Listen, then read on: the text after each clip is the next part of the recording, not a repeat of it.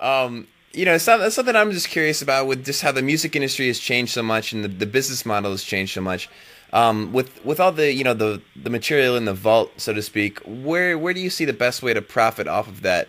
Do you feel like digital sales are the way to go, or do you think that because so much of the death row audience kind of came to be during the CD era, that maybe that audience would be more willing than, let's say, a few younger generations to actually go and purchase the CD.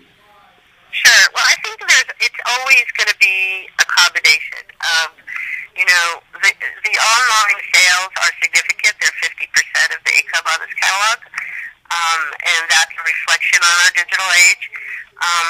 There's also a fair amount of leakage and sites that are particularly Tupac stuff that are posting stuff that sort of dilute the offering in retail, but these people think they're diehard Tupac fans, but when they do that, they're taking money away from the Tupac Shakur Center, because a lot of the proceeds of Tupac money go to that legacy center in Atlanta, which was a place of peace of Tupac. But that's a side note. But putting that aside, you're really dealing with three classes of consumers for this kind of content. And all of it centers around two very important points about this catalog. One is, this is the authentic G-Funk.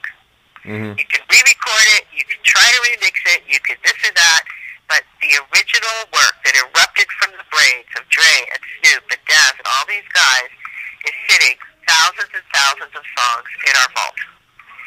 So the first thing to understand is that authenticity resonates with young people who want the real deal, mm-hmm. okay, that are tired of auto-tuning and, predictable beats, okay?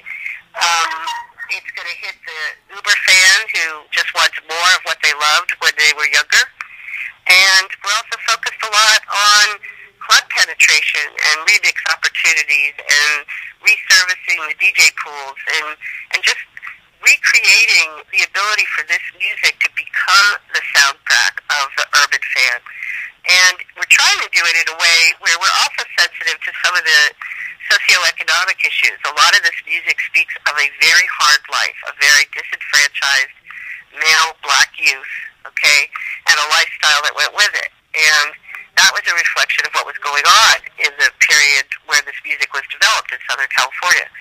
So we're also looking to place this movie aggressively in our own films and type projects and in others. So there's the element of synchronization license to film, TV, gaming, and whatnot.